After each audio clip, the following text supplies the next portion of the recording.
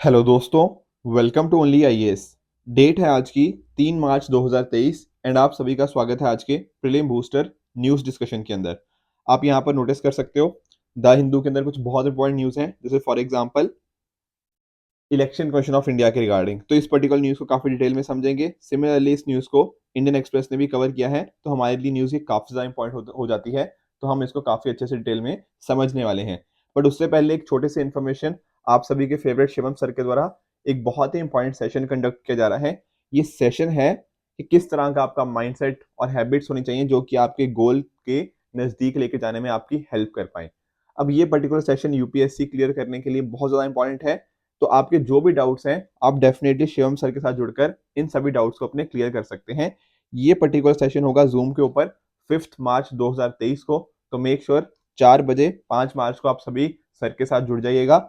मैंने नीचे comment section के अंदर गूगल फॉर्म का लिंक डाला है, ठीक है ना, जो हमारे डिस्क्रिप्शन सेक्शन होता है, वहां पर आप इस गूगल फॉर्म को फिल कीजिए एंड जो भी आपको काउंसलिंग चाहिए, जो भी आपको इनसाइट्स आपको शिवम सर ऑफर करेंगे, मेक श्योर आप उनका बेस्ट यूज कीजिए ताकि आप अच्छे से इस एग्जाम को क्लियर कर पाइए।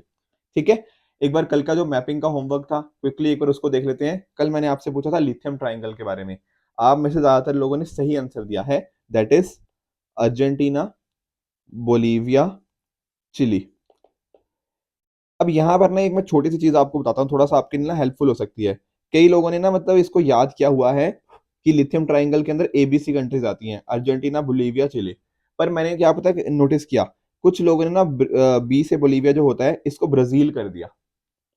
समझ रहे हो? तो अगर आप ना किसी चीज के ट्रिक्स बना भी रहे हो ना, तो मेक श्योर थोड़े ध्यान से उसको याद करो, क्योंकि कई बार कंफ्यूजन हो जाती है। आपने एबीसी तो याद कर लिया, पर यही नहीं याद आया कि अच्छा ए से क्या था, या बी से ब्राजील है, या बोलीविया है, तो गड़बड़ हो जाएगी। राइट? तो मेक श्योर कि अगर आप किसी चीज की ट्रिक्स बना रहे हो, उसको थोड़ा आप बाकी जो एविडेंस होते हैं उनके साथ सब्सटेंशिएट करो, तभी वो चीजें याद रह पाएंगी। इसी वजह से अगर मैं आपको कभी ट्रिक बताता भी हूँ ना, मैं आपको मैप जरूर दिखाता हूँ साथ में। जैसे ये नोटिस करो, यहाँ पर आ गया अर्जेंटीना, ये आ गया चिले, ये आ गया बोलीविया।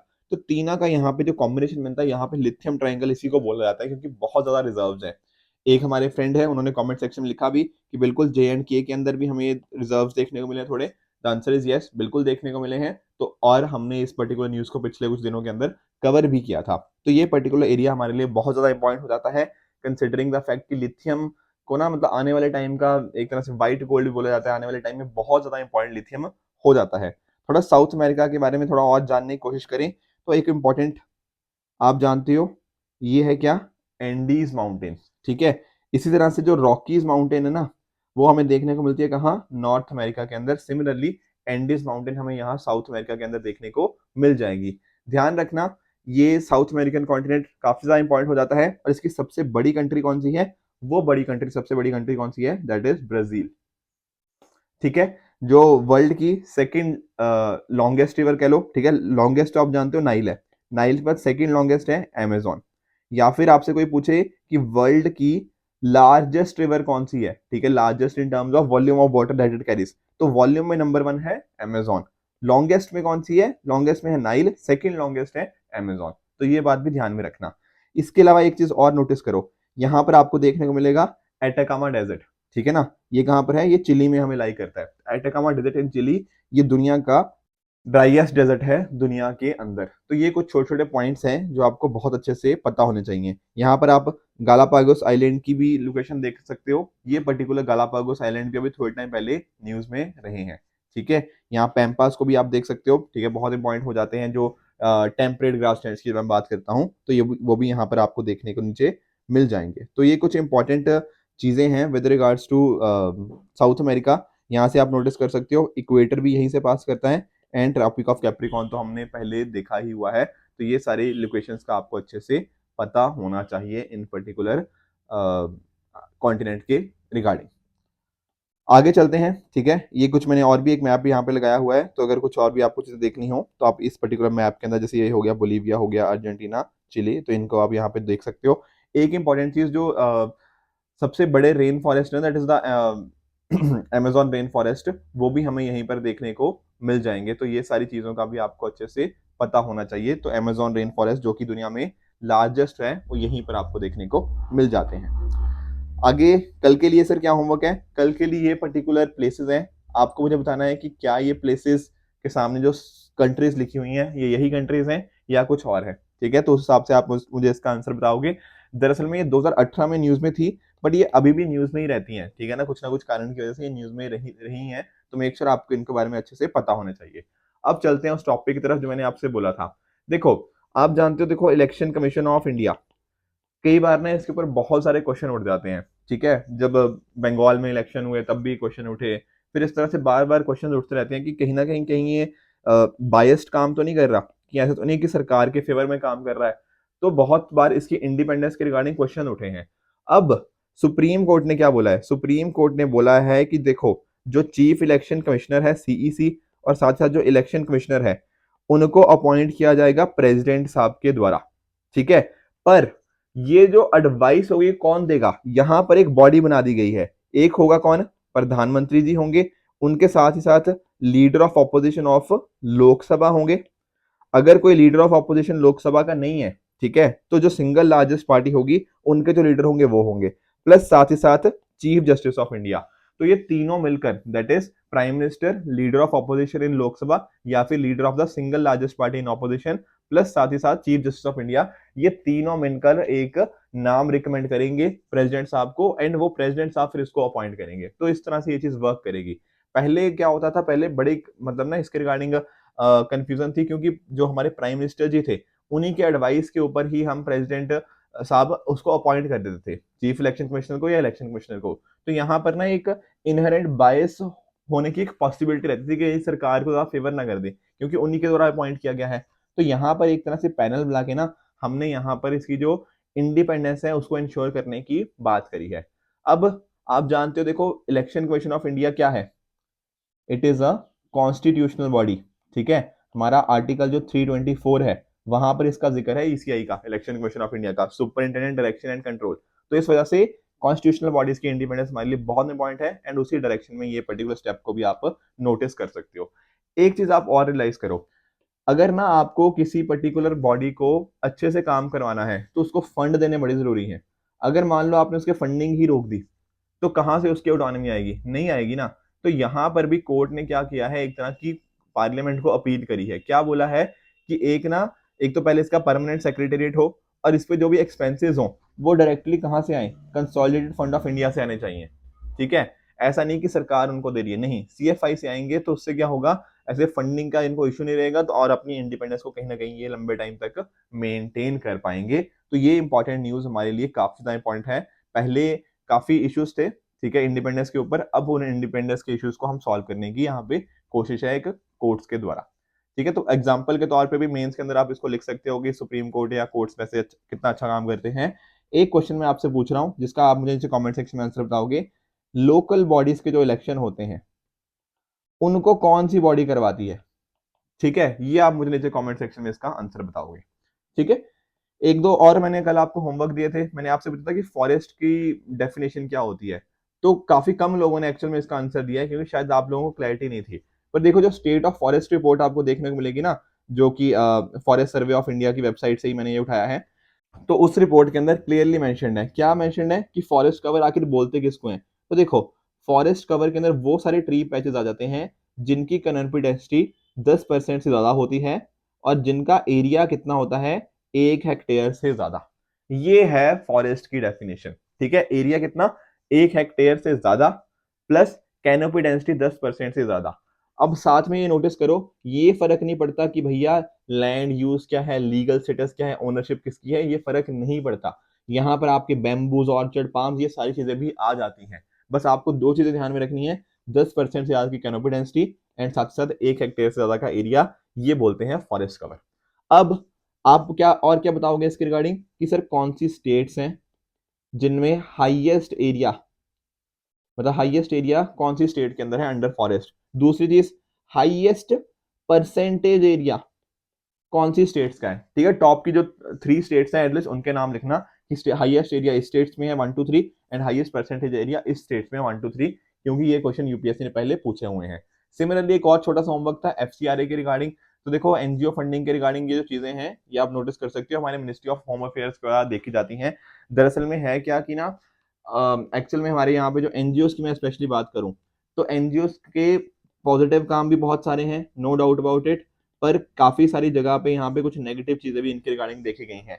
आप जानते हो जैसे फॉर एग्जांपल कोविड-19 पेंडेमिक देख लो, तो कितना अच्छा काम किया बहुत सारी एनजीओज ने, ठीक है, जो गवर्नमेंट कई जगह नहीं पहुंच पाती थी तो वहां तक पहुंचने में हेल्प करी। जैसे आप अक्षय पात्रा के बारे में जानते होंगे, ठीक है, स्कूल चिल्ड्रन को खाना खिलाने के अंदर हो गया, गूंज हो गया, ठीक है। तो इस तरह से बहुत सारी अलग अलग, हमने एसर रिपोर्ट पढ़ी थी अभी जनवरी के स्टार्टिंग में, ठीक है, प्रथम एनजीओ के द्वारा एसर रिपोर्ट निकाली जाती है।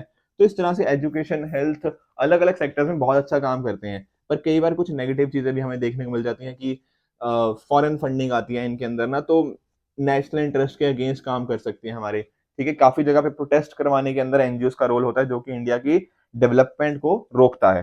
तो यहाँ पर ना हम एफसीआरए के थ्रू इस चीज को कंट्रोल करने की कोशिश कर रहे हैं, एनजीओ की फंडिंग को, ठीक है। तो ये सारी चीजें MHA, ministry of home affairs के द्वारा देखी जाती हैं।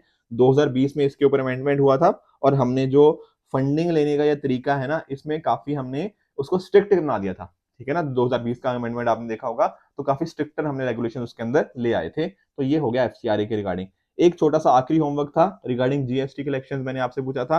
तो देखो, एक बॉडी है हमारे पास जीएसटी काउंसिल, दरअसल में क्या है, ये एक कॉन्स्टिट्यूशनल बॉडी है, ठीक है, जो कि सेटअप किसके अंदर हुई थी, आर्टिकल 279A(1), जो कि प्रेसिडेंट साहब के द्वारा सेटअप करी गई थी। अब यहाँ पर इसका काम क्या होता है कि जैसे मान लो किस चीज के ऊपर कितना परसेंट टैक्स होना चाहिए, 5%, 12, 18, 28 या 0% करे, ठीक है। क्या पेट्रोल को हमें जीएसटी के अंदर लेकर आना है, नहीं लेके आना, ये सारी चीजें भी इसके द्वारा ही देखी जाती हैं। अब यहाँ पर क्या होता है, सेंटर का भी रिप्रेजेंटेशन होता है, स्टेट गवर्नमेंट का भी रिप्रेजेंटेशन होता है। स्टेट का होता है 66%, 2/3 या कह लो, सेंटर का होता है 1/3 यानी कि 33%। तो वोटिंग पावर सेंटर की 1/3, स्टेट की वोटिंग पावर 2/3। और मैंने आपसे पूछा था डिसीजन किस मेजोरिटी से लिए जाते हैं, तो दैट इज 3/4 मेजोरिटी, या फिर आप कह लीजिए 75%। तो इस तरह से जीएसटी काउंसिल वर्क करती है। आई होप आपको ये होमवर्क समझ आ गया होगा कि जो हमने कल होमवर्क दिया था। देखो, कुछ लोग कह रहे थे सर आप होमवर्क बहुत देते हो, इतना होमवर्क मत दिया करो। देखो रीजन क्या है ना, एक्चुअल में आप नोटिस करो, यहाँ पर दो चीजें हो रही हैं। आपको ना लंबे टाइम तक, मैं फिर से बता रहा हूँ, लंबे टाइम तक अगर चीजों को याद रखना है ना, तो जितनी इन्वॉल्वमेंट आपकी होगी ना, उतना ही अच्छा रहेगा। अब आपने खुद अगर नीचे आंसर किया ना कि हाँ जीएसटी के लिए इतना 75% चाहिए, तो ट्रस्ट मी, मेरे बताने से ज्यादा इंपैक्ट उसका आएगा, ठीक है ना। मेरा बताया हो तो शायद आप भूल जाओगे 2-4 दिनों में, ठीक है ना।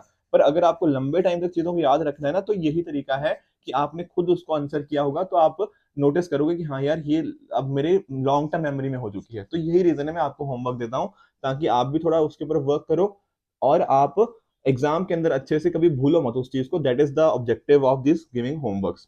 चलो चलते हैं आगे टॉपिक की तरफ। दैट इज पहला हम डिस्कस करेंगे आईसीजी के बारे में, इंटरनेशनल कोर्ट ऑफ जस्टिस। अब अभी रिसेंटली क्या हुआ है, 16 कंट्रीज जिनको, वेनाटू एक आइलैंड कंट्री है इन साउथ पैसिफिक ओशन, इसके द्वारा एक तरह से किस तरह से हम क्लाइमेट चेंज को फाइट कर सकते हैं, एक एफर्ट उनके द्वारा किया गया है। एक तो पहले इसकी लोकेशन देख लो, ये कहाँ पर लाई करता है। देखो, ये पैसिफिक ओशन है। ये आप ऑस्ट्रेलिया के बारे में तो जानते ही हैं, ठीक है, ऑस्ट्रेलिया के बिल्कुल आपको राइट साइड में, या फिर rather I should say eastern side में हमें यहाँ पे देखने को मिल जाएगा, ठीक है। यहाँ पे पीएनजी, पपुआ न्यू गिनी, इसका भी देख सकते हो। तो ये पैसिफिक ओशन के अंदर लाई करने वाली कंट्री है, साउथ पैसिफिक ओशन के अंदर। तो सर लोकेशन तो चलो समझ आ गई। अब जरा हम आईसीजे के बारे में पढ़ लेते हैं, ठीक है। देखो, कुछ दिनों के पहले मैंने आपको यूनाइटेड नेशन के प्रिंसिपल ऑर्गन्स के बारे में बताया था। कितने थे बताओ नीचे कमेंट सेक्शन में, हाउ मेनी प्रिंसिपल ऑर्गन, इनमें से कौन से वर्किंग है ये भी बताओ, ठीक है। एंड साथ ही साथ इनके नेम्स क्या हैं ये भी। अब इन्हीं प्रिंसिपल ऑर्गन में से एक कौन है, इंटरनेशनल कोर्ट ऑफ जस्टिस। इसको वर्ल्ड कोर्ट के नाम से भी जाना जाता है। देखो नाम से है ना, एक तरह का कोर्ट की बात हो रही है। यहाँ पर क्या होता है दरअसल में, मान लो किसी दो स्टेट्स के बीच में, किन्हीं दो स्टेट्स के बीच में कोई ना कोई डिस्प्यूट आ गया, तो वो सारी चीजें, इस तरह के डिस्प्यूट्स को यहाँ पे देखा जा सकता है। कई बार ऐसा हो सकता है, जैसे मान लो यूनाइटेड नेशन के जो अलग अलग ऑर्गन्स हैं या उनकी जो स्पेशलाइज्ड एजेंसीज हैं, उनको कुछ एडवाइस चाहिए कोर्ट के थ्रू, तो वो इस कोर्ट के अंदर आ सकते हैं। तो ये सारी चीजें इंटरनेशनल कोर्ट ऑफ जस्टिस के द्वारा देखी जाती हैं। इसकी एस्टेब्लिशमेंट हुई थी 1945 के अंदर by charter of UN. Notice करिए कि यहाँ पर इसके जो हेडक्वार्टर्स है ना, द हेग, नीदरलैंड्स के अंदर हमें देखने को मिल जाएंगे। ध्यान रखना, बाकी के जो पांचों ऑर्गन्स हैं, उनके हमें कहां पे हेडक्वार्टर्स देखने को मिलते हैं, न्यूयॉर्क यूएसए के अंदर। पर ये ही एकमात्र ऐसा प्रिंसिपल ऑर्गन है जिसके हेडक्वार्टर हमें न्यूयॉर्क यूएस के अंदर नहीं देखने को मिलते, इसके द हेग नीदरलैंड्स के अंदर देखने को मिल जाते हैं। इसके जो हेयरिंग्स होती हैं हमेशा पब्लिक होती हैं। दो ऑफिशियल लैंग्वेजेस है यहाँ पे, फ्रेंच एंड इंग्लिश। क्या काम करती है मैंने आपको बता ही दिया, दो स्टेट्स के बीच में डिस्प्यूट्स होता है या फिर स्टेट्स के बीच में इन जनरल, तो उन लीगल डिस्प्यूट्स को टैकल करती है। कुछ एडवाइजरी ओपिनियन अगर किसी को चाहिए होता है तो वो यहाँ पे देखा जाता है। ठीक है, इंपॉर्टेंट चीज क्या है, सिर्फ स्टेट्स यहाँ पे पार्टीज हो सकती हैं, ऐसा नहीं कोई इंडिविजुअल यहाँ पे चला जाए, नहीं, ये चीजें यहाँ पे नहीं देखने को मिलती।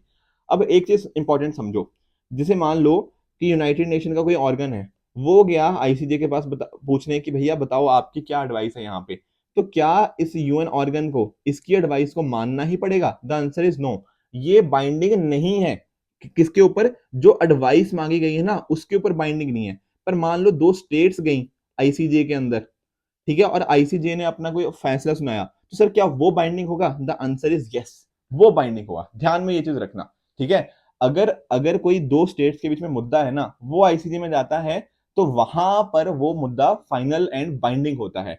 वेयर एज जब कोई यूएन का प्रिंसिपल ऑर्गन हो गया या स्पेशल एजेंसी वो एडवाइस मांगने जा रही है, तो जरूरी नहीं है कि उसको एडवाइस को मानना ही पड़ेगा, तो एडवाइजरी जो ओपिनियन होते हैं वो बाइंडिंग नहीं होते। तो इस तरह से ये चीज वर्क करती है। अब यहाँ पर इस कोर्ट के अंदर हमें टोटल 15 जजेस देखने को मिल जाएंगे। सभी के सभी ये जो होते हैं ना जजेस, अलग अलग कंट्री से होते हैं। इनका टेन्योर कितना होता है? 9 साल का। सर इनको इलेक्ट कौन करता है? इनको इलेक्ट करते हैं कौन? यूएनजीए और UN security council, UN general assembly और यूएन सिक्योरिटी काउंसिल इनको अपॉइंट करते हैं, ठीक है, एक इलेक्ट करते हैं। अब यहाँ पर आप मुझे बताओगे कि क्या इन 15 में से कोई इंडियन जज है या नहीं है? अगर है तो उनका नाम क्या है? ठीक है, अब यहाँ पर ठीक है, एक तरह की एब्सोल्यूट मेजोरिटी चाहिए होती है और 1/3 जजेस जो होते हैं एक कंपोजिशन उसको रिन्यू कर दिया जाता है। ठीक है, साथ में आप नोटिस करोगे जजेस को आप री इलेक्शन भी उनका हो सकता है। पर जैसे मान लो इंडिया से मान लो कोई जज था, उसको अपॉइंट कर दिया आईसीजे का जज। अब यहाँ पर ना ये इंडिया का जज नहीं रहेगा, ठीक है ना, ये फिर न्यूट्रल रहेगा बिल्कुल। ऐसा नहीं है कि इंडिया की तरफ से है, मतलब कि इंडियन ओरिजिन का है तो इंडिया के लिए होगा, नहीं। वो किसी भी कंट्री, ना ही किसी का स्टेट का डेलीगेट नहीं रहता, वो बिल्कुल उसको इम्पार्शियल वे में काम करना पड़ता है। ये यहाँ पे इसकी प्रोविजन होती है आईसीजे के अंदर। तो आई होप आपको ICJ international court of justice अच्छे से समझ आ गया होगा। एक क्वेश्चन डिस्कस कर लेते हैं, मैंने आपको कल होमवर्क पे दिया था एंटी डिफेक्शन लॉ के बारे में। देखो वैसे तो मैंने क्लास में ही डिस्कस कर ही दिया था एंटी डिफेक्शन लॉ, तो बहुत ही सिंपल है। पहला स्टेटमेंट क्या कह रहा है? The law specifies that a nominated legislature cannot join any political party within 6 months of being appointed to the house. Sir बिल्कुल ही गलत है। मैंने क्या बोला था? अगर कोई पर्सन नॉमिनेटेड है तो वो 6 महीने के अंदर अंदर कर सकता है, 6 महीने के अंदर कोई दिक्कत नहीं है। ठीक है, 6 महीने के बाद करेगा फिर दिक्कत है। ठीक है, अगर 6 महीने के विद इन कर लिया तो उसको डिस्क्वालीफाई नहीं किया जाएगा। तो पहला स्टेटमेंट यहाँ पे गलत है। Second statement, the law does not provide a time frame within which the presiding officer had to decide its faction case. The answer is yes। ये बात हमने डिस्कस करी थी कि ऐसा कोई भी टाइम फ्रेम डिफाइंड नहीं है। तो सर सेकंड स्टेटमेंट ट्रू है, फर्स्ट गलत है, तो आंसर बन जाएगा हमारा option number B, two only. Next topic की तरफ चलते हैं, that is Vaibhav fellowship scheme. देखो वैभव का मीनिंग आप जानते हो, एक तरह की ग्लोरी होता है। ठीक है, तो अभी ना रिसेंटली जो आई थिंक 28 फरवरी की बात है, 28 फरवरी को हम लोग सेलिब्रेट करते हैं national science day. Sir national science day क्यों करते हैं? क्योंकि देखो हमारे एक बहुत ही फेमस साइंटिस्ट रहे, फिजिसिस्ट रहे हैं, सर सीवी रमन। ठीक है, आप सभी जानते हो इनका जो रमन इफेक्ट था वो बहुत ही ज्यादा पॉपुलर है। इनको नोबेल प्राइज मिला था 1930 के अंदर।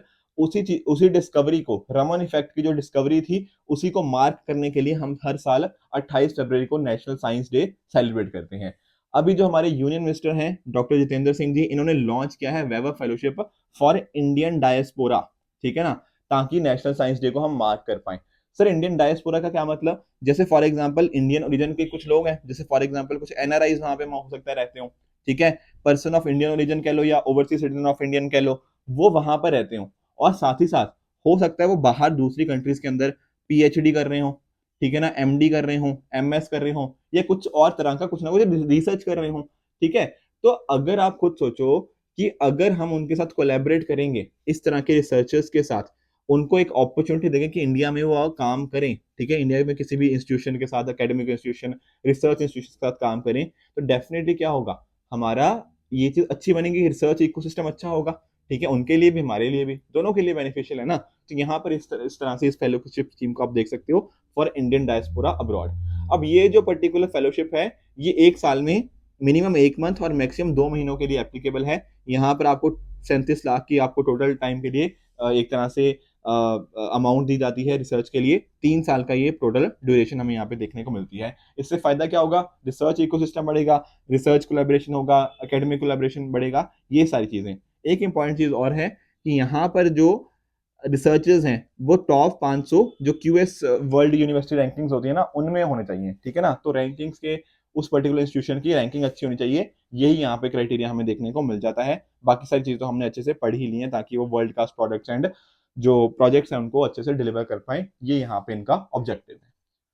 कल एक और क्वेश्चन मैंने आपको दिया था, दैट इज किसान क्रेडिट स्कीम। आप में से बहुत कम लोगों ने आंसर दिया इसका, शायद इसका आइडिया नहीं था, पर मैं आपको फिर भी समझाता हूँ। देखो यूपीएससी एग्जाम के अंदर भी ना कई बार ऐसे क्वेश्चन आते हैं जिनका हमें ज्यादा आइडिया नहीं होता, पर फिर भी हमें वो क्वेश्चन आंसर करने हो सकते हैं। जैसे फॉर एग्जाम्पल आप किसान क्रेडिट कार्ड स्कीम के बारे में थोड़ा बहुत जानते होंगे कि हाँ यार, अच्छा किसानों को आसानी से क्रेडिट मिल पाए, इसके लिए एक तरह की स्कीम है। पर यहाँ पर आप वर्ड नोटिस करो, शॉर्ट टर्म क्रेडिट सपोर्ट। मतलब कहने का मीनिंग क्या? किसानों को शॉर्ट टर्म, छोटी अवधि के लिए एक तरह की क्रेडिट सपोर्ट देनी है। तो अब खुद सोचो, ऐसा कौन सा लोन हो सकता है जो किसानों को कम अवधि के लिए दिया जाए? वही वाला होगा ना जिनको वो कम समय के अंदर वापस कर पाए, ऐसा ही होगा ना। अब आप यहाँ पे पांचों ऑप्शन एक बार देखो। जैसे फॉर एग्जांपल आप सेकंड स्टेटमेंट को देखो, यहाँ क्या कह रहा है? Purchase of combined tractors and mini trucks requirement of farm. अब आप खुद बताओ, ट्रक ले लिया, ट्रैक्टर ले लिया, क्या एक किसान छोटी अवधि के अंदर, शॉर्ट टर्म के अंदर इसको रिटर्न कर पाएगा? ट्रैक्टर देखो 5 लाख 7 लाख वॉट एवर जो भी इस तरह के अमाउंट में आते होंगे, या ट्रक्स वगैरह, ठीक है। तो क्या एक किसान जो बहुत ही कम पैसे कमाता है, क्या उसके लिए पॉसिबल है कि ये चीज शॉर्ट टर्म के अंदर उसको रिटर्न कर पाए? The answer is clearly no. तो ये कैसे यहाँ पे एप्लीकेबल होगा? तो सेकंड स्टेटमेंट सर गलत है, सेकंड को एलिमिनेट करो, आपका आंसर अपने आप सामने आ गया। आप पांचवा स्टेटमेंट देख लो, यहाँ क्या लिखा है? फैमिली हाउस को कंस्ट्रक्ट करना, घर बनाना है भैया। विलेज कोल्ड स्टोरेज फैसिलिटी बनानी है। ये बड़ी बड़ी चीजें हैं या नहीं है? बड़ी बड़ी चीजों के लिए क्या चाहिए? बड़ा पैसा चाहिए। क्या बड़ा पैसा कम समय के अंदर वापस रिटर्न कर पाएंगे? 10 लाख 20 लाख जो भी आपके घर बनाने के लिए लगा हो, नहीं। तो ये बात भी सर गलत है, तो 5 भी गलत है। तो बाकी सारी स्टेटमेंट ठीक है। पोस्ट हार्वेस्ट एक्सपेंसेस कुछ हो सकते हैं, कंजम्पशन हो सकता है कुछ छोटा मोटा, वर्किंग कैपिटल जो डेली रिक्वायरमेंट्स होती हैं वो सारी चीजें हो सकती हैं, उनके लिए शॉर्ट टर्म हो सकता है। तो the answer is option B 1 3 and 4। देखने में मुश्किल लग रहा था, पर थोड़ा सा लॉजिक लगाते आंसर आपके सामने था। अगले टॉपिक की तरफ चलते हैं, that is pink bollworm. देखो GEAC, genetic engineering appraisal committee, इन्होंने रिसेंटली क्या अप्रूव किया है? फील्ड ट्रायल किए हैं, अप्रूव किस चीज के लिए? Pink bollworm resistant GM cotton. कौन से एरिया में? हिसार हरियाणा के अंदर। देखो आप लोग अगर कॉटन को जानते हो ना, तो कॉटन में ना अक्सर एक पेस्ट लग जाता है, उसका नाम क्या है? पिंक बॉलवॉर्म, ठीक है, या बॉलवॉर्म भी कई बार बोल देते हैं। अब ये पेस्ट की वजह से कॉटन का जो है ना पूरा प्रोडक्शन वो खराब हो जाती है। तो उसी के रिगार्डिंग हम कैसे इसको टैकल कर सकते हैं, उसी के रिगार्डिंग ये पर्टिकुलर हम pink bollworm resistant GM cotton के फील्ड ट्रायल्स की कोशिश यहाँ पर हम कर रहे हैं। ये बहुत ही डिस्ट्रक्टिव पेस्ट है, इंडिया के काफी नेटिव है, ठीक है, ओरिजिनली नेटिव इंडिया का ही है। तो यहाँ पर अलग अलग डिफरेंट कॉटन ग्रोइंग कंट्रीज के अंदर हमें ये देखने को मिल जाता है, ठीक है। यहाँ पे थोड़ी और डिटेल्स दे रखी है, ऑल्दो इतनी पॉइंट नहीं है। यहाँ पर आप नोटिस कर सकते हो लार्वल स्टेज है वो काफी डिस्ट्रक्टिव स्टेज होती है। इसका जो अडल्ट साइज का लेंथ होता है वो 3/8 इंच लॉन्ग होता है। तो ये सारे कुछ ना पिंक बॉल वॉर्म के रिगार्डिंग कुछ माइन्यूट डिटेल्स हैं, मैंने लिख रखी हैं, बट इसके रिगार्डिंग क्वेश्चन बनना थोड़ी कम पॉसिबिलिटी है, क्योंकि इसके रिगार्डिंग अक्सर जो क्वेश्चन आते हैं वो डायरेक्ट क्वेश्चन ही ज्यादा यूपीएससी के द्वारा अक्सर पूछे जाते हैं, ठीक है। बट फिर भी मैं आपको बोलूंगा एक बार जस्ट गो थ्रू कर लो, क्योंकि ये सिर्फ पढ़ने वाला मटेरियल है, इसमें कुछ समझाने वाली बात ऐसा है नहीं। नेक्स्ट टॉपिक की तरफ चलते हैं, that is first G20 anti corruption working group meeting. देखो G20 के बारे में बार बार न्यूज आती रह रही है, तो क्विकली एक बार इसको देख लेते हैं। अभी देखो क्या हुआ है, ACWG first anti corruption working group meeting ये हुई है G20 के अंदर, कहाँ? गुरुग्राम हरियाणा के अंदर। अब आप जानते हो इस बार का जो G20 है, इंडिया की चेयरमैनशिप हो रहा है, और साथ ही साथ इटली यहाँ पर क्या है? को चेयर कंट्री है। अब यहाँ पर टोटल 90 डेलीगेट्स देखे गए 20 कंट्रीज के रिगार्डिंग। अब यहाँ पर काम क्या था? काम ये था कि हम कैसे करप्शन के साथ टैकल कर सकते हैं। आप जैसे नोटिस करो, अगर मान लो करप्शन को टैकल करना है, उसके लिए ना इंफॉर्मेशन का होना बड़ा जरूरी है। और इंफॉर्मेशन के रिगार्डिंग एक चीज होती है ओपन सोर्स।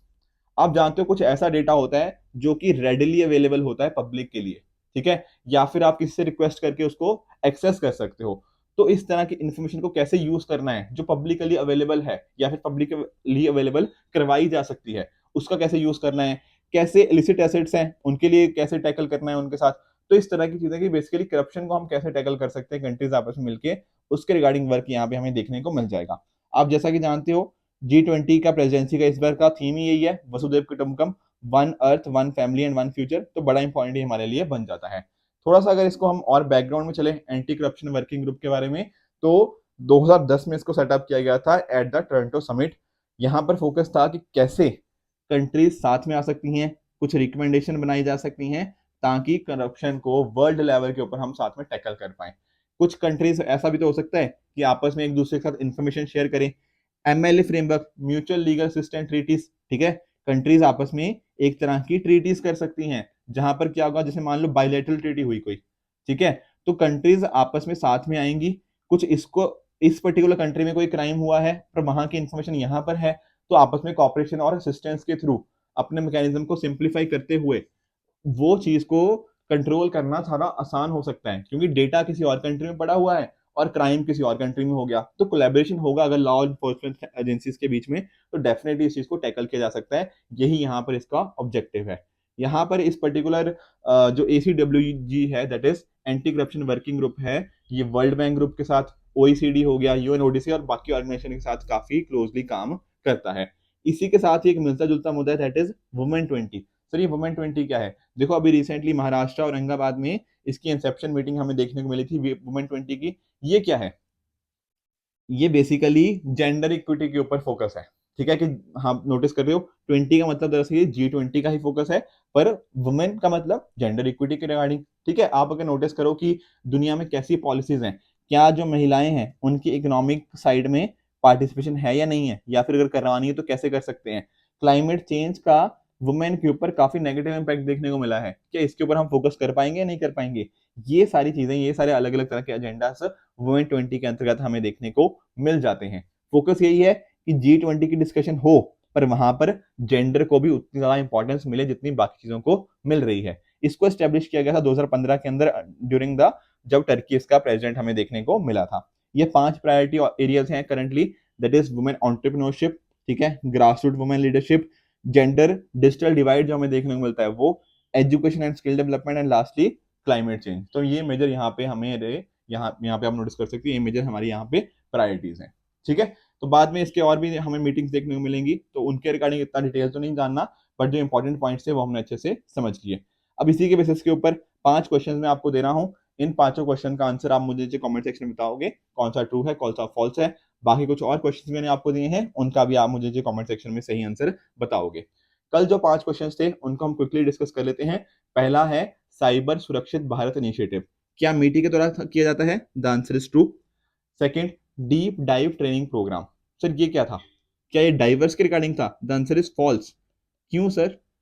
देखो, जो डीप डाइव ट्रेनिंग प्रोग्राम था ना, ये एक तरह की साइबर क्राइम के रिगार्डिंग कैसे अवेयरनेस को इंक्रीज करना है उसके रिगार्डिंग है। Plus chief information security officer, उनकी हम कैपेसिटीज को कैसे बिल्ड कर सकते हैं, हमारे जो अलग अलग गवर्नमेंट डिपार्टमेंट्स है, IT ऑफिशियल्स हैं, उनकी कैपेसिटीज को कैसे बिल्ड करना है, वो सारे डीप डाइव ट्रेनिंग प्रोग्राम के अंतर्गत हमारे देखे जाते हैं। ठीक है, तो ये बात भी हमने नोटिस कर ली। ठीक है, तो सेकंड स्टेटमेंट फॉल्स हो गया। तीसरा, एंटी डिफेक्शन लॉ, अभी क्वेश्चन में डिस्कस किया, क्या इसको डिसीजन जो है डिस्क्वालीफाई करने का मेंबर, क्या वो प्रेसिडेंट साहब के द्वारा लिया जाता है? The answer is false. ये डिस्कस किया था कि जो हाउस के प्रिसाइडिंग ऑफिसर होते हैं उनके द्वारा लिया जाता है, जैसे फॉर एग्जाम्पल हमारे स्पीकर हो गए या चेयरमैन साहब हो गए, उनके द्वारा इसको लिया जाता है। तो थर्ड स्टेटमेंट हमारा फॉल्स है। चौथा, परख, क्या ये एजुकेशन मिनिस्ट्री के साथ एक इंडिपेंडेंट ऑर्गेनाइजेशन है? The answer is yes.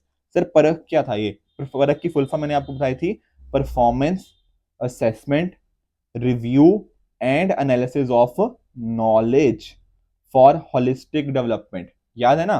तो यहाँ मैंने आपको बताया था कि जो न्यू एजुकेशन पॉलिसी है 2020 की, उसके अंतर्गत हम इसको परख को लॉन्च किया गया है, ताकि जो अलग अलग डिफरेंट डिफरेंट स्कूल बोर्ड्स हैं उनके बीच में एक सिंगल मतलब एक कॉमन स्टैंडर्ड्स हो पाए। ठीक है, लोगों को असेसमेंट करना हो तो होलिस्टिक असेसमेंट हो, तो वो सारी चीजों के लिए हमने परख देखने को मिला था। तो ये स्टेटमेंट यहाँ पे बिल्कुल ट्रू हो जाएगी।